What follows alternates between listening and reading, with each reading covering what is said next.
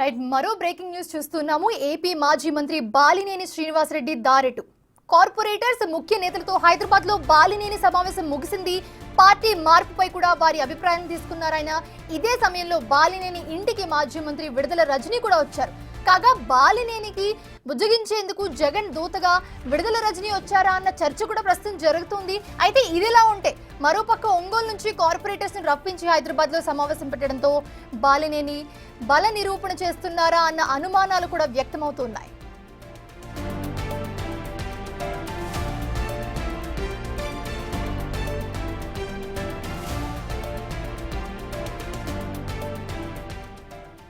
ఇదే అంశానికి సంబంధించి మరిన్ని అప్డేట్స్ మా ప్రతినిధి సుజాత అందిస్తారు. సుజాత, ప్రస్తుతం చూస్తున్నాము ఒక క్లియర్ టాపిక్ అయితే నడుస్తుంది. బాలినేని శ్రీనివాసరెడ్డి దారెటు అనే క్వశ్చన్ మార్క్ ఇప్పుడు నడుస్తోంది. సో మీ దగ్గర ఉన్న అప్డేట్స్ ఏంటి?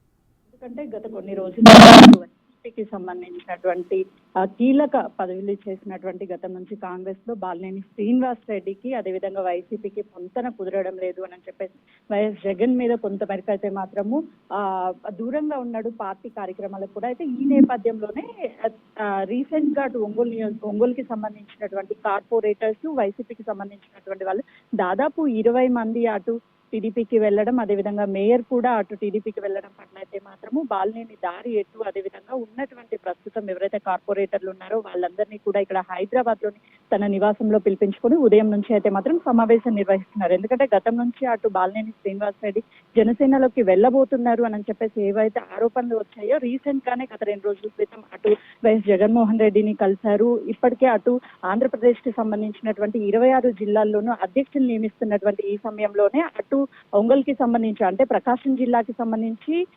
బాధ్యతలు స్వీకరించాలి అని చెప్పినప్పుడు బాధ్యతలు అధ్యక్షునిగా తీసుకోను అని చెప్పినట్లుగా కూడా తెలుస్తుంది. అయితే ఎందుకు రిజెక్ట్ చేశాడు? కేవలం జనసేన పార్టీలోకి వెళ్ళడానికే రిజెక్ట్ చేశారా, లేకపోతే ఎందుకు వీళ్ళ మధ్య తరచు అనేది అటు వీళ్ళకి కుటుంబంతో కూడా మొదటి నుంచి సంబంధాలు ఉన్నాయి, రిలేషన్స్ అవుతారు, అటు జగన్మోహన్ రెడ్డి కుటుంబం అదేవిధంగా ఇటు బాలినేని శ్రీనివాస్ రెడ్డి కుటుంబం. అయితే తరచుగా ఈ మధ్య పార్టీ కార్యక్రమాలకు దూరం ఉండడంతో పాటు బాధ్యతలను స్వీకరించను అని ఎప్పుడైతే చెప్పారో దాంతో ఇంకా కొంతమేరకు బలం ఏర్పడింది, తను జనసేనలోకి వెళ్తున్నారు అని. అయితే ఇప్పుడు ఉన్నటువంటి కార్పొరేటర్స్ 25 మంది ఎవరు వైసీపీకి సంబంధించినటువంటి వాళ్ళు ఉన్నారు వాళ్ళని ఉదయం ఇక్కడికి పిలిపించుకొని, ఎందుకంటే ఒంగోలుకి సంబంధించినటువంటి కార్పొరేటర్స్ ని ఇక్కడికి హైదరాబాద్ కి పిలిపించుకొని తన నివాసంలో మీటింగ్ ఏర్పరుస్తున్నారు అని అంటే కేవలము తనకి బల నిరూపణ చేసుకోవడానికైనా లేకపోతే హెచ్చరికలు ఏమైనా జగన్ కి జారీ చేస్తున్నారా? ఎందుకంటే పార్టీ మారబోతున్నాం అనే సంకేతాలే వెళ్తున్నట్లుగా కూడా తెలుస్తుంది. ఇటు కార్యకర్తలు అదేవిధంగా కార్పొరేటర్స్ అయితే మాత్రము